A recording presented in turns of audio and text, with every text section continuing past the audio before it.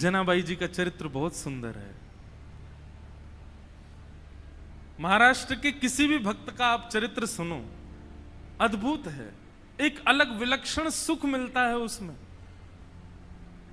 और जब से मैं गोपालपुर होके आया, फिर लोगों से मिलके, मैं तब से जनाबाई जी का ही भाव सुन रहा था। अभी तक भी, यहां आने से पहले तक भी श्री जनाबाई जी का ही चरित्र पढ़ रहा था, और पढ़ते पढ़ते बार बार स्मरण कर रहा था उन स्थानों का जो जो हम देख करके आए गोपालपुर में। फिर सामने चंद्रभागा जी के तट पर ठाकुर जी के और भगवान श्री कृष्ण के और भगवान श्रीमन नारायण के चरण चिन्ह, चरण पादुका के दर्शन। तो जनाबाई जी का स्मरण हो रहा था बार बार। बहुत पावन चरित्र है श्री जनाबाई जी का। जनाबाई जी कैसे आई ठाकुर जी की शरण में? छोटी सी थी जनाबाई, अपने माता पिता के साथ आषाढ़ी एकादशी के दिन आई यहां पर, जिस दिन सबसे ज्यादा भीड़ होती है पंढरपुर में। और पहले से ही सोच करके आई थी कि मुझे वापस घर नहीं आना है। तो पंढरपुर में जब आई तो यहां पर वारी आती है। वारी को क्या बोलेंगे हिंदी में? लोगों के टोले आते हैं भर भर के, और महाराज कीर्तन करते हुए वारियां आई हुई थी। सब नाच रहे हैं, गा रहे हैं, विठल विठल विठला, माजा पांडुरंग विठला, जय जय राम कृष्ण हरि। पंढरपुर में आते ही नेत्र सजल हो गए। जनाबाई छोटी सी हैं, अभी 7-8 वर्ष की आयु है। मैंने एक दिन कथा में एक बात कही थी, भक्ति 2 लोगों के भीतर प्रकट होती है। या तो उसके जो पूर्व जन्म से करता आया था, कुछ शेष भाव रह गए थे, तो इस जन्म में जन्म से ही उसके अंदर भक्ति आ जाती है। 7-8-6 वर्ष की आयु में ही उसके अंदर भक्ति भाव फूटने लग जाते हैं। या तो उस व्यक्ति के अंदर भक्ति आती है जिसके अंदर पूर्व जन्म से भक्ति भाव हो, या फिर उसके अंदर भक्ति आती है जो घोर नास्तिक हो। 2 ही लोग ही भक्ति भाव में प्रवृत्त होते हैं। जनाबाई आई और यहां भीड़ में अपने माता पिता की उंगली पकड़ करके घूम रही थी। और वारी में जब आगे पीछे लोगों के धक्का मुक्की हुई तो माता पिता का हाथ छूटा नहीं, छोड़ दिया, जानबूझ करके खो गई बड़ी भीड़ में। बालक तो खो करके रोते हैं, जनाबाई नाच रही थी कि हाँ अब अच्छा हुआ, अब मैं अकेली हूं, अब मैं यहीं खो जाऊंगी, माता पिता को मिलूंगी नहीं, और सदा के लिए अपने विठोबा के पास रहूंगी, अपने विठल के पास रहूंगी। माता पिता ने ढूंढने का प्रयास किया, लेकिन जनाबाई मिली नहीं। जनाबाई प्रसन्न हैं क्योंकि उनका परिवार तो श्री पंढरपुरी है ना। एकनाथ जी महाराज अपने एक भाव में कहते हैं, माझे माहेर पंढरी आहे भीवरे चातेरे। अब देखो, मराठी मुझे भी नहीं समझ आती और बहुत लोगों को भी नहीं समझ आती, पर हम जिनके यहां बैठ के खा रहे हैं, जिनका खा रहे हैं, उनको प्रणाम तो करेंगे ना। एकनाथ जी महाराज कहते हैं, मैं अर्थ बताता हुआ बोलूंगा। माझे माहिर पंढरी, माहिर मतलब मेरा तो मायका पंढरपुर है। आहे भीवरे चातरी, कौन सा पंढरपुर? बोले जो भीमा नदी के तट पर विराजमान है, वो पंढरपुर मेरा मायका है। और बाप आई आई, बाप आई आई, माझे विठ्ठले रखुमाई, माझे विठ्ठले रखुमाई, माझे विठ्ठले रखुमाई। मेरे पिता माता कौन है? बाप आई, बोले विठ्ठले रखुमाई। अच्छा, यहां पे उल्टा है, यहां पे पिताजी रुक्मणी जी हैं, मैया विठ्ठल भगवान है। पंढरपुर में उल्टा है, माउली कौन है? बोले माउली हमारी मैया कौन है? हमारा ध्यान रखने वाली, भूख लगने पे खिलाने वाली, नींद आने पे सुलाने वाली, हमारा ध्यान रखने, कौन है मैया हमारी? बोले विट्ठलनाथ, हमारी माउली है। और वैसे अर्थ तो यही है कि पिताजी विट्ठल भगवान, रुक्मणी मैया, लेकिन हम ब्रजवासी ना अपनी बात तो जोड़ेंगे। रुक्मणी जी पिताजी का रोल निभाती हैं, यहां पर मैया का रोल तो श्री पंडरीनाथ भगवान निभाते हैं। बाप आई आई माझे विठ्ठले रखुमाई, माझे विठ्ठले रखुमाई, माहे माहेर पंढरी, माझे माहेर पंढरी, आहे भीवरे चातेरे, माझ बहन चंद्रभागा, माझ बहन चंद्रभागा। जो गाएगा उसकी बात सिद्ध होगी। अब मैं कह रहा हूं कि मेरे माता पिता विट्ठल रखुमाई है तो मेरी बात सिद्ध हो रही है। आप चुपचाप बैठ के सुन रहे हो तो आपकी बात सिद्ध नहीं होगी। गाओ मेरे पीछे, माझ बहन चंद्रभागा, माझ बहन चंद्रभागा, करत से पाप भंग, करत से पाप भंग, माझ बहन चंद्रभागा, माझ बहन चंद्र। हमारी बहन कौन है? माता पिता तो विट्ठल रखुमाई है और बहन हमारी कौन है? श्री चंद्रभागा, ये हमारी बहन है। इस बार पंढरपुर में संबंध बना जाओ ताकि बार बार विट्ठल भगवान बुलाते रहें। बिना संबंध बनाए चलेगा। सुनो एक बात हमारी, ये भक्ति भाव के संबंध दुनिया में बनाओ, पर ये पारिवारिक संबंध तो पंढरपुर में बना के जाओ। ठाकुर जी से कह देना, मैया हम जा रहे हैं, अपने अपने काम पे जा रहे हैं, पैसा कमाने जा रहे हैं, बढ़िया अपना व्यापार बड़ा करने जा रहे हैं। और जब पैसा बहुत कमा लेता है बेटा तो माँ खुश होती है ना, हे पंडरीनाथ आप खुश हो जाना। और आप अपनी खुशी कैसे बताना? हमको पंढरपुर बुला के बता देना कि आप बहुत खुश हो।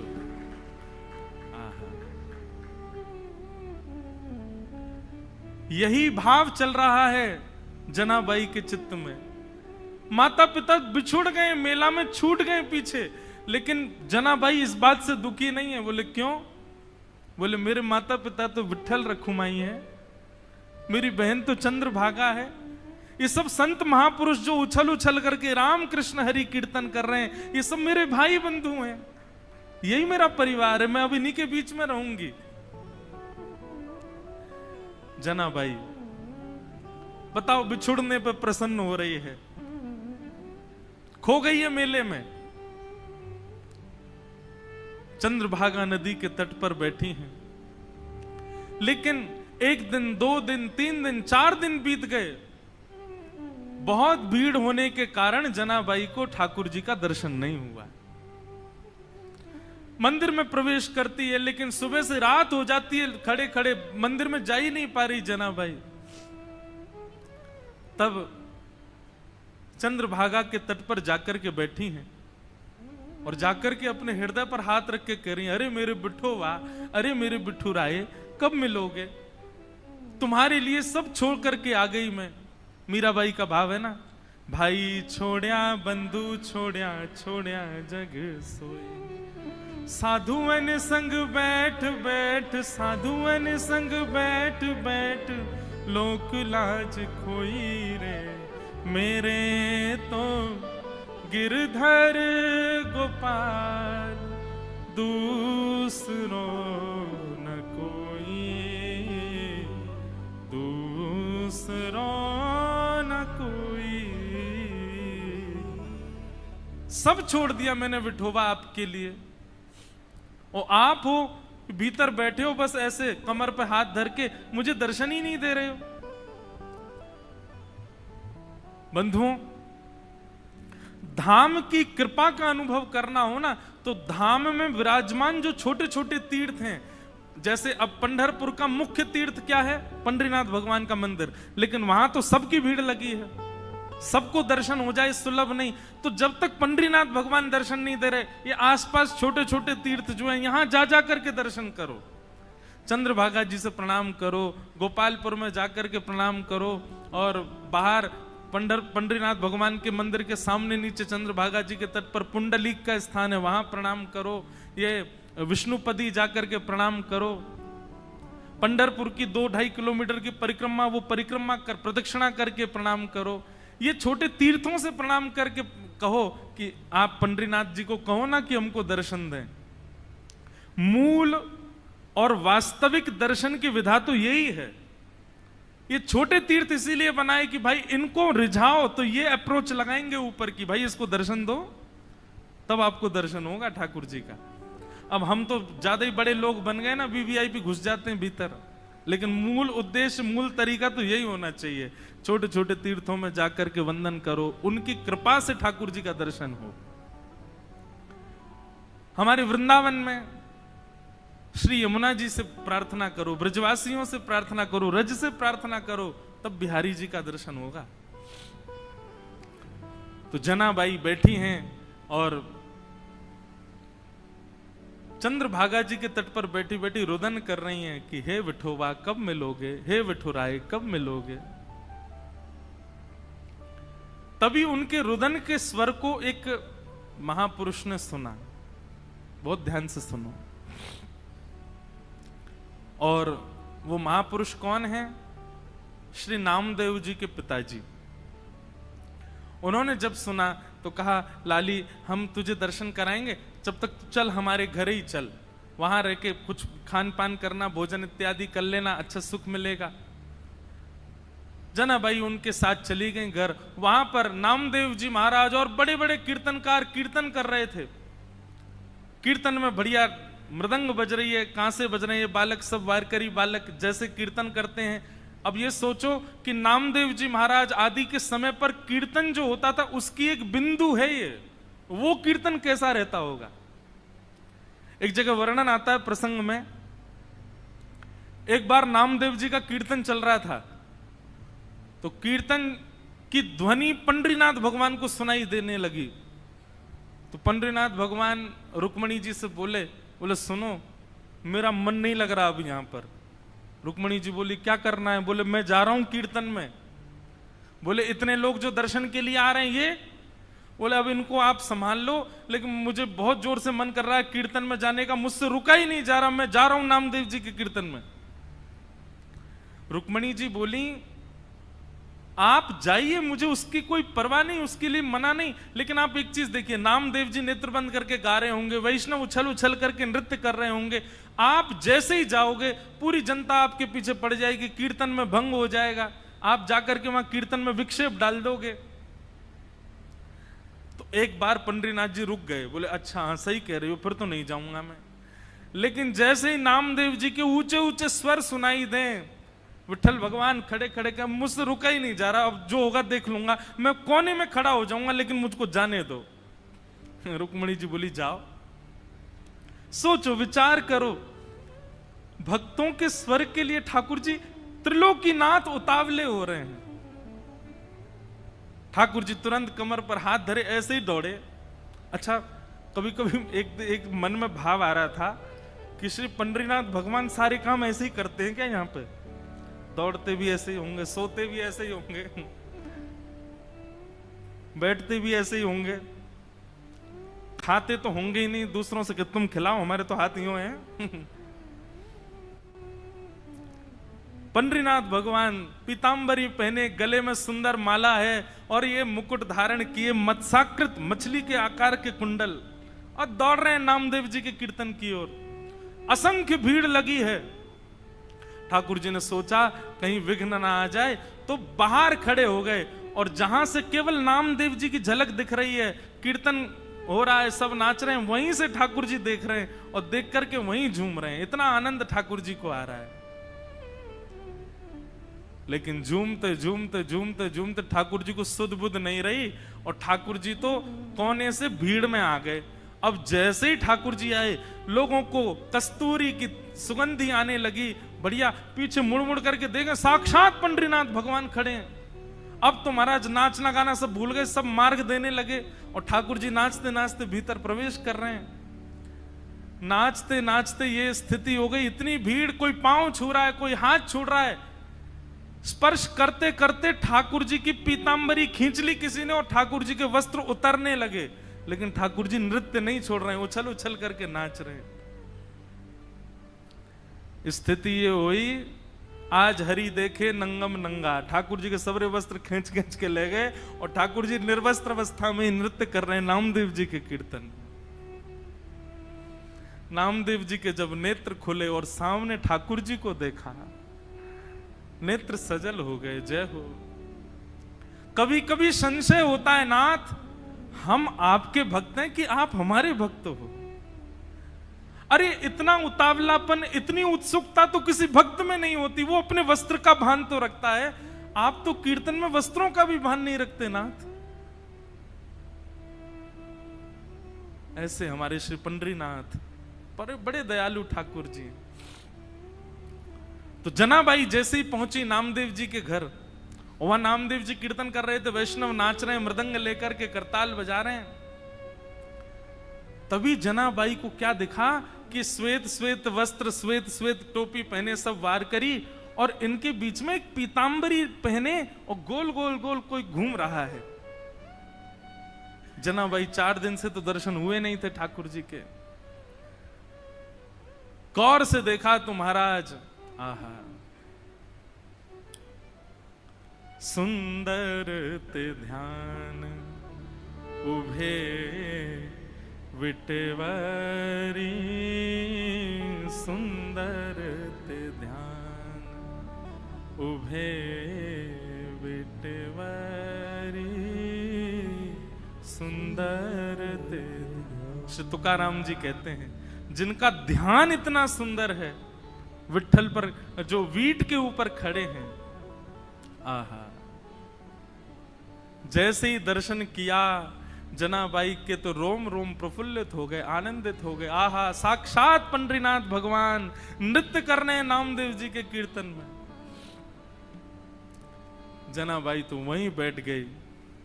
अब तो तुकाराम जी के नामदेव जी के पिताजी ने सबको बोला, ये लाली यहीं रहेगी हमारे घर पर और यहीं इसका खान पान, कोई इसको कुछ नहीं बोलेगा, ये जैसे चाहे वैसे रह सकती है।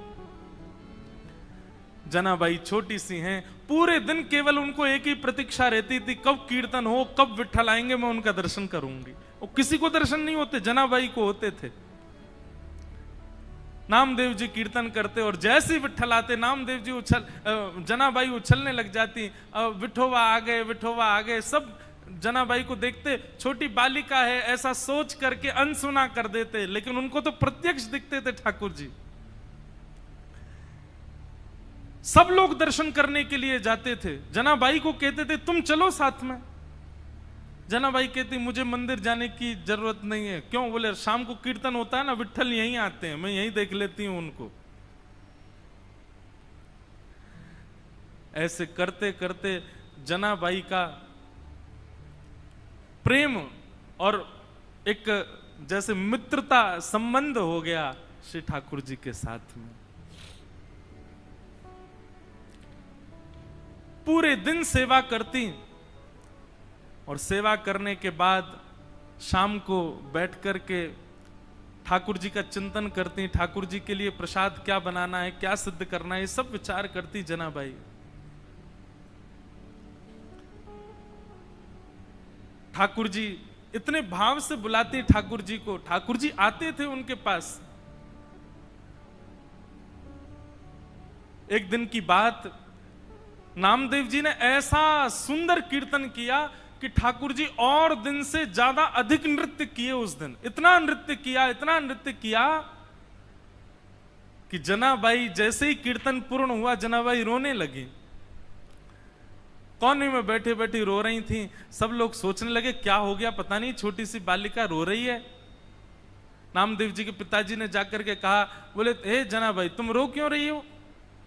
जनाबाई कहती हैं आज कीर्तन इतना सुंदर हुआ। बोले सुंदर कीर्तन में रोया जाता है? बोले नहीं, मैं इसलिए नहीं रो रही, आज कीर्तन इतना सुंदर हुआ कि पंडरीनाथ आए, विठोबा आए और इतना नृत्य किया, इतना नृत्य किया, मुझे तो मन में पीड़ा हो रही है। वो पूरे दिन खड़े रहते हैं, इतना नृत्य करके गए, कहीं उनके पांव दर्द तो नहीं कर रहे होंगे, कोई उनके पांव दबा रहा होगा कि नहीं। मुझे तो उस बात की बड़ी पीड़ा होती है। आप नामदेव जी से कह देना वो इतना ज्यादा अच्छा कीर्तन ना किया करें, सामान्य कीर्तन किया करें। वो अच्छा कीर्तन करते हैं तो श्री ठाकुर जी उसमें बहुत नाचते हैं, उनको कहीं पीड़ा ना होती हो चरणों में। बंधुओं, ये सब भाव ठाकुर जी आपके जब से प्रसन्न होते हैं तब से प्रसन्न होते हैं, नियमों से प्रसन्न होते हैं, आपकी विचारधारा भावनाओं सबसे प्रसन्न होते हैं। पर जब ऐसी भावनात्मक बुद्धि आपकी हो जाती है, आप छोटे छोटे भावों में भी चिंतन करने लगते हो, तब ठाकुर जी अति प्रसन्न होते हैं। हमारे गोवर्धन के श्री पंडित गया प्रसाद जी महाराज, अभी की बात 20-25 वर्ष पहले गिरिराज जी में झाड़ू लगाते थे।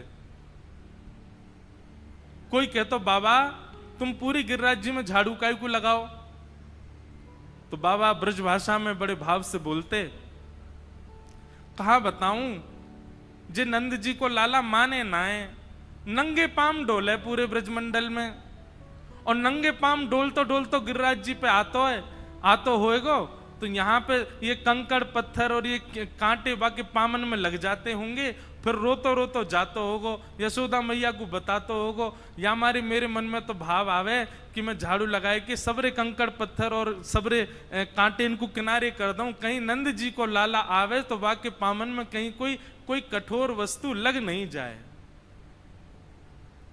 और ये बात कहते कहते रोने लग जाते थे।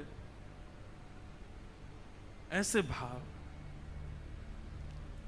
बंधुओं, क्षमा करना, आपका नियम 1 घंटे से 4 घंटे में परिवर्तित हो गया, आपकी साधना 4 घंटे से 1 दिन में परिवर्तित हो गई, आपकी तीर्थ यात्रा हर साल की 4 बार की फिक्स हो गई, इससे ठाकुर जी प्रसन्न नहीं होते। पर आप जब भी नेत्र बंद करते हो, आपके चिंतन में एक भाव, एक प्रेम प्रकट होता है। जैसे अपनों के लिए होता है वैसा प्रेम ठाकुर जी के लिए प्रकट होता है, तो ठाकुर जी प्रसन्न होते हैं।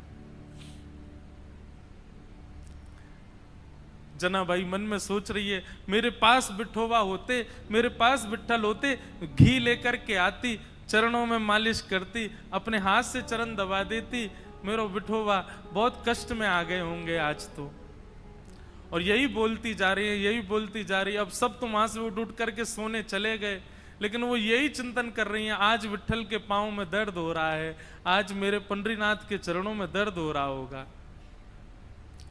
ये भाव मन में सोच ही रही थी कि इतने में ही पीताम्बरी पहने, कटी पर हाथ धरे, सुंदर सांवल वर्ण ठाकुर जी का श्री पंडरीनाथ भगवान वहीं प्रकट हो गए। और प्रकट होकर के जनाबाई के सामने बैठ करके पांव आगे पसार दिए, बोले रो क्यों रही हो, तो फिर दबाओ हमारे चरण।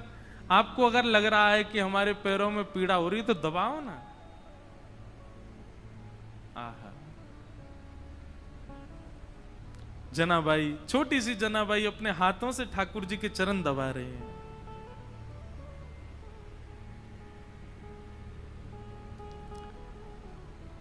चरण दबाती जा रही हैं और मुखमंडल के रूप को देखती जा रही हैं, कैसा स्वरूप है श्री ठाकुर जी का। अब छोटी सी बालिका, और क्या कोई वेद मंत्र तो आते नहीं उनको, कोई शास्त्रों की बात तो आती नहीं, ठाकुर जी से पूछें। पैर दबाते दबाते जनाबाई पूछ रही है, भोजन किया आपने? ठाकुर जी बोले हाँ किया। तो क्या पाया?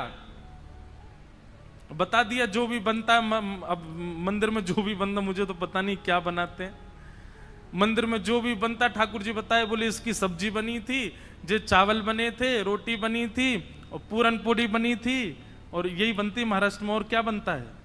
पूरन पोली है। और क्या बनता है? अब हमको कोई बना के खिला ही नहीं रहा तो हमको पता कैसे चले। हम तो अपने महाराज संग लेके आए, बेचारे वो रोज दाल चावल रोटी सब्जी बना देते, वही पा ले रहे हैं। ठाकुर जी ने बताया, बोले पूरन पोली बनी, ये सब्जी बनी, चावल बने, ये सब पाया मैंने। जनाबाई पैर दबाती दबाती, अच्छा कल क्या पाया था? ठाकुर जी बोले यही पाया था। बोले जो आज पाया वही कल पाया? बोले हाँ यही पाया था। अच्छा तो परसों क्या पाया? ठाकुर जी बोले परसों भी यही पाया था। और 4 दिन पहले क्या पाया था? ठाकुर जी बोले यही बनता है, ये लोग मुझको यही देते हैं और कुछ नहीं देते, इनका फिक्स है, ये वही बनाते हैं वही खिलाते हैं मेरे को। इनका मंदिरों में नियम थोड़ी बदलता है, जो सब्जी है, जो दाल है, जो वही बनता है, रोज वही खिलाते ठाकुर जी को। जनाबाई बोली आप रोज रोज एक ही भाव खाते हो, मन नहीं भरता आपका? ठाकुर जी बोले भरता तो है, पर ठीक है कोई बात नहीं, भाव से बनाते हैं तो पाता हूं। जनाबाई बोली मैं कुछ नया बना के पवाऊं तो? ठाकुर जी बोले तुम बनाओगी? बोले अभी बना के लाऊं, आप बस बैठो मैं लेके आती हूं। जनाबाई रात में ही गई महाराज, सुंदर रसोई सिद्ध करी, सुंदर नए नए पकवान बनाए, नई नई सामग्री बनाई और सामग्री बना के थाल में सजा। आधी रात सब सोए हैं पंढरपुर में, और वहां गोपालपुर के ऊपर के स्थान आज हम गए थे तो वहीं के चिंतन आ रहा है। वहां ठाकुर जी बैठे हैं, ठंडी ठंडी हवा चल रही है, और जनाबाई ने लाके थाली सामने रख दी। ठाकुर जी को कहा पाओ। ठाकुर जी पा रहे हैं प्रेम से, और बड़ा सिर हिला हिला करके, चटकारे मार मार करके पा रहे हैं। बोले आहा आज तो नया नया भोजन मिला है। जनाबाई तेने तो आज आनंद कर दिया, इतना सुंदर भोजन बनाया। बीच बीच में ठाकुर जी इतनी जल्दी खाते हैं कि अपने वस्त्रों पर गिरा देते हैं। तो जनाबाई कहती है अरे आराम से खाओ, कहाँ जाना है? बोले तुमको क्या पता, अभी 3:30 बजे मंगला आरती होनी है, मुझे पहुंचना है अभी वहां पर। ठाकुर जी प्रेम से पा रहे हैं। बीच बीच में जनाबाई का इच्छा होती है, मन होती है कि मैं खिला दूं एक ग्रास, लेकिन अभी भय लग रहा है मन में कि कहीं मैंने कहीं हाथ बढ़ा दिया तो कहीं ठाकुर जी नाराज तो नहीं हो जाएंगे। ठाकुर जी ने प्रसाद पाया, बोले जनाबाई कल फिर आऊंगा, बढ़िया बना के रखना कुछ अच्छा, फिर पाऊंगा कल, अभी जाता हूं, हाँ मंगला की समय हो गई। ठाकुर जी दौड़े आए, सीधे महाराज घंटे घड़ियाल बजने लगे और मंगला आरती शुरू। 3:30-4 बजे से ही ठाकुर जी का अभिषेक होने लगा। 1 दिन 2 दिन 3 दिन 4 दिन 5 दिन बीत गए। रोज ठाकुर जी रात में चले जाते हैं और प्रसाद पाके आते हैं। रुक्मणी जी आई एक दिन मंदिर में, और यहां बस शयन की तैयारी हो रही थी। रुक्मणी जी आकर के बोली, वो भी ऐसी खड़ी हैं, ऐसी बोली होंगी, कहां जाते हो आप रात को? ये इतनी रात को कहां जाते हो आप, सही सही बताना। ठाकुर जी बोले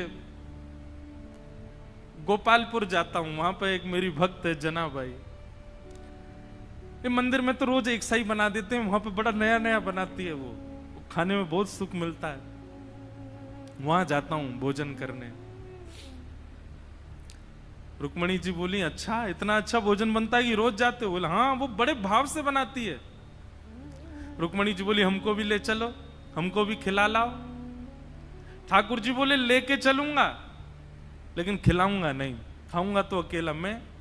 वो छोटी सी है, छोटे छोटे उसके हाथ हैं, वो छोटे छोटे हाथ से थोड़ी सी दाल बनाती है, थोड़ी सी सब्जी बनाती है, एक ही पूरन पूली बना पाती बेचारी। और तुम चलोगी तुम्हारा भी पेट मेरा भी पेट, उसको बहुत श्रम हो जाएगा, उसको इतना नहीं बनवाना भोजन। चलो साथ में, लेकिन दूर खड़ी रहना, देखती रहना, और बीच में भी मत आना, वो सहजता उसकी खत्म हो जाएगी, वो तुमको देख के फिर बनावटी बात करेगी। रुक्मणी जी बोली ले चलो, कुछ खिलाना नहीं, नहीं आऊंगी बीच में, लेकिन ले तो चलो, मैं भी तो देखूं ऐसा क्या, ऐसा उसका क्या भाग्य कि पंडरीनाथ रात में जाते हैं। रुक्मणी जी गई हैं, दूर खड़ी देख रही हैं, जनाबाई थाल लेकर के आई है। ठाकुर जी प्रेम से पा रहे हैं। ठाकुर जी पाते, आज ही जनाबाई के मन में आया, बोले आज तो मैं अपने हाथ से खिला के मानूंगी, रोज तो ये मैं डर के मारे नहीं खिला पाती। ठाकुर जी जेम रहे थे बढ़िया प्रेम से, और चटकारे अपनी उंगलियां चाट चाट करके, बढ़िया, आहा बहुत अच्छा बना है। दूर खड़ी रुक्मणी जी के नेत्र सजल हो रहे हैं। ये सौभाग्य तो मुझे भी नहीं मिला कभी, जैसा सौभाग्य जनाबाई को दे रहे हैं। बीच में जनाबाई के मन में भाव आया, आज तो मुझे खिलाना ही है। तभी एक सामग्री उठाकर जनाबाई कहती, बिठोबा ये तो पाओ।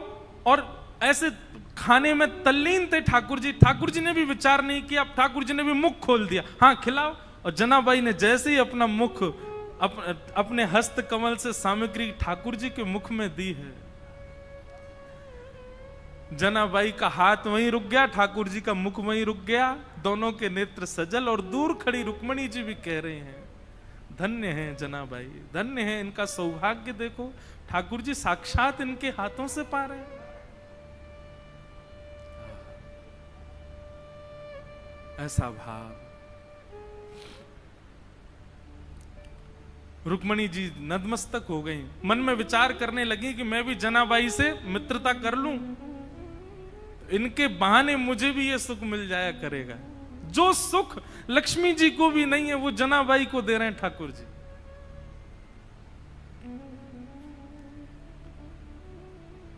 ठाकुर जी नित्य जाते हैं, रात भर जनाबाई के पास रहते हैं और कुछ नहीं करते। जनाबाई अपना काम करती रहती है, ठाकुर जी बैठे बैठे देखते रहते हैं। बंधुओं, भक्ति जब अपनी स्थिति में आएगी, जैसे मैंने आज प्रारंभ में कहा ना, एक माइलस्टोन, एक बात याद रखिएगा, आपका नाम जब, आपकी साधना, आपका कथा श्रवण, आपका नित्य भगवत स्मरण, उसमें एक बहुत विशेष माइलस्टोन जो आएगा वो ये कि एक दिन आप अपने भावों को शब्द में परिवर्तित करके गाने लग जाओगे। माफ कीजिएगा, क्षमा कीजिएगा, लेकिन अभी भक्ति में गायन प्रारंभ नहीं हुआ, भक्ति में लिखना प्रारंभ नहीं हुआ, भक्ति में शब्दों में पिरो करके उन भावों को पदावली के रूप में करने का प्रारंभ नहीं हुआ, तो अभी आप उस माइलस्टोन पर पहुंच नहीं पाए हो। बात समझ रहे हैं ना मेरी? आपके भक्ति भाव शब्द में परिवर्तित होने लग जाएं, आपका मन हो मैं लिखूं, मैं गाऊं, मैं सुनाऊं, तब समझो कि हां अब एक सीमा पर आप पहुंच गए हो, ठाकुर जी के समीप बस पहुंचने ही वाले हो।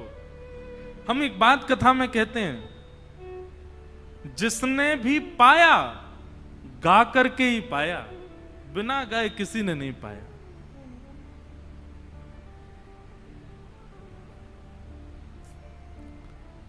आहा, मीराबाई गाती हैं, सूरदास गाते हैं, गोस्वामी तुलसीदास गाते हैं, सबने गाया है। आपका भजन, आपकी साधना जब तक गायन में परिवर्तित ना हो, समझना अभी ठाकुर जी दूर हैं आपसे। प्रयास किया करो, उल्टा सीधा ही लिखा करो, लेकिन अपने भावों को पद में लिखने का। कल हम वृंदावन रसामृत पद गा रहे थे, कोई अपनी योग्यता नहीं बता रहा हूं मैं, क्षमा करना, मैं हूं भी नहीं इस लायक, पर पद गाते गाते अंतिम पंक्ति लिखी हमने ठाकुर जी के लिए,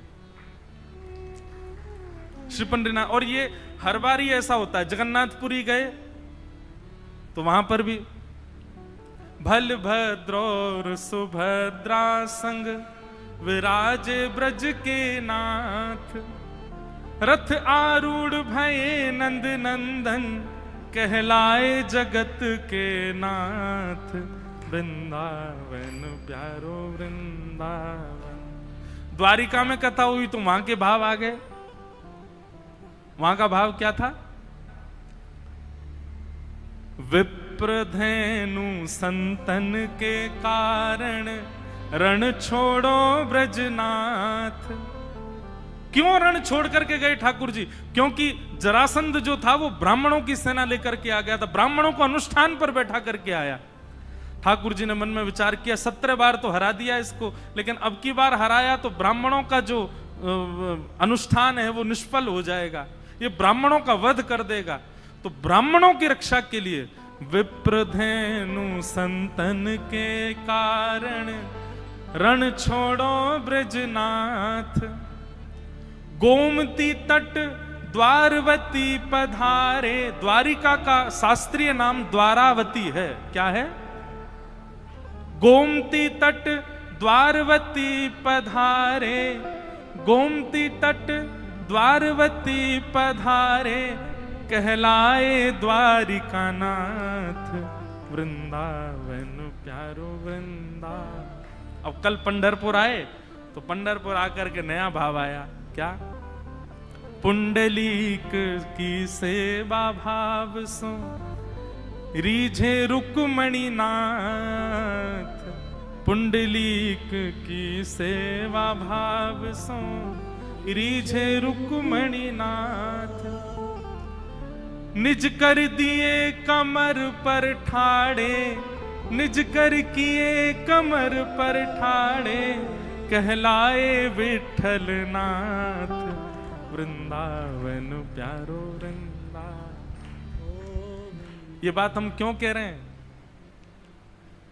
आपकी भक्ति जिस दिन शब्दों में परिवर्तित हो जाए, जिस दिन गायन में परिवर्तित होता है, जिस दिन भावों में परिवर्तित हो जाए, समझ जाना अब ठाकुर जी मिलने का मन बना चुके हैं आपसे।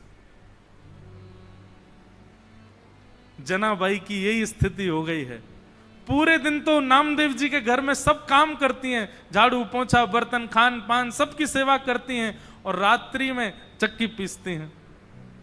और चक्की की जो घर घर घर आवाज आती है, उस घर घर घर आवाज को ही ताल बना करके जनाबाई पद गाती हैं। पद, अब मुझे जनाबाई का कोई पद याद नहीं। मैं पंढरपुर में इसीलिए पीछे रह जाता हूं, मुझे यहाँ के भाषा का दिक्कत हो जाती है।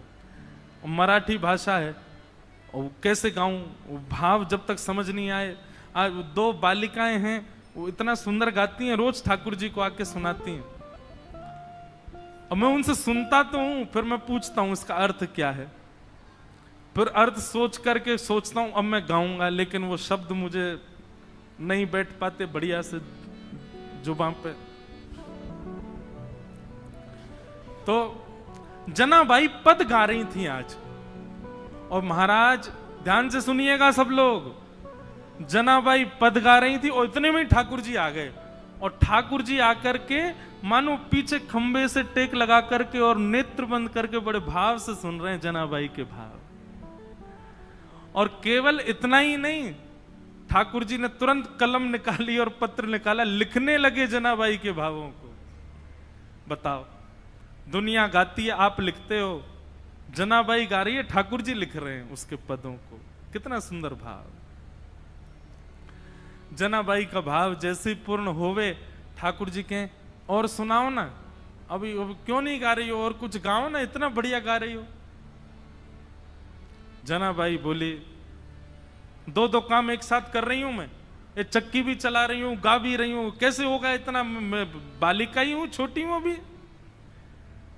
तो ठाकुर जी बोले, तुम गाओ, हम चक्की चलाते हैं, तुम गाओ। और जनाबाई का हाथ में हाथ, ऊपर से जनाबाई ने पकड़ा, नीचे ठाकुर जी पकड़ करके चक्की चलाते हैं, और जनाबाई गाती है, ठाकुर जी उनके मुखमंडल को ही देख रहे हैं। आहा। एक बात कहूं बंधुओं, भक्ति का मतलब क्या है? प्रारंभ हो तो आप ठाकुर जी के पीछे पड़े रहो, लेकिन स्थिति ऐसी आवे एक दिन कि ठाकुर जी आपके पीछे पड़े रहे। ये समझो भक्ति है। आप ही उनके पीछे पड़े हो और वो उनको कोई फर्क नहीं पड़ रहा है, तो फिर ये भक्ति नहीं है, ये समझो एक तरफा प्रेम है आपका। स्थिति ऐसी हो जाए महाराज कि ठाकुर जी आपके बगैर नहीं रह पाए, ठाकुर जी को आपके बिना राजी नहीं हो, ठाकुर जी को आपके बिना व्याकुलता हो जाए, ठाकुर जी को जब तक आपकी थाली, अब कितने भी भक्तों को देखो, वहां कर्मा बाई बिना नहाए धोए खिचड़ी बनाती है, ठाकुर जी दौड़ करके आते उनकी खिचड़ी पाने।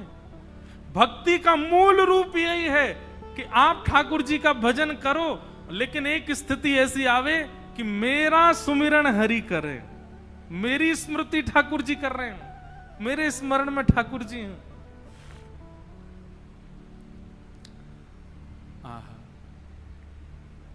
जनाबाई के भाव इतने प्रिय लगने लगे। ठाकुर जी कहें तेरे काम मैं करूं, तू बस गाती रहे। ठाकुर जी चक्की चलाते हैं वहां बैठे बैठे।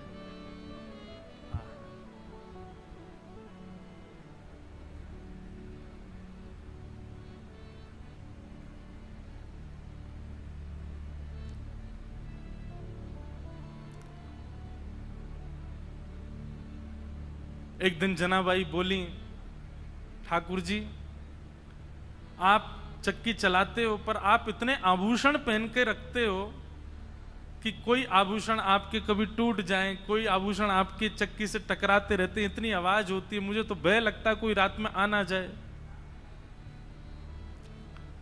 ठाकुर जी बोले हम आभूषण उतार देते हैं। तो ठाकुर जी ने अपने सारे आभूषण उतार करके रख दिए और लिए चक्की पीसने लगे। आज जनाबाई ने ऐसा भाव गाया कि ठाकुर जी उसमें इतने निमग्न हो गए कि इतने में ही मंदिर से घंटे घड़ियालों की आवाज आने लगी। ठाकुर जी के मंगला का समय हो गया। ठाकुर जी तो व्याकुल हो गए, बोले अभी भागना पड़ेगा, दौड़ना पड़ेगा, मंदिर में नहीं मिला तो महाराज बड़ा दिक्कत हो जाएगी, सब जगह ढूंढेंगे और मैं कहीं आता हुआ दिखा तो सब समझ जाएंगे मैं चलता फिरता बोलता हूं, पूरी दुनिया पकड़ लेगी मुझे,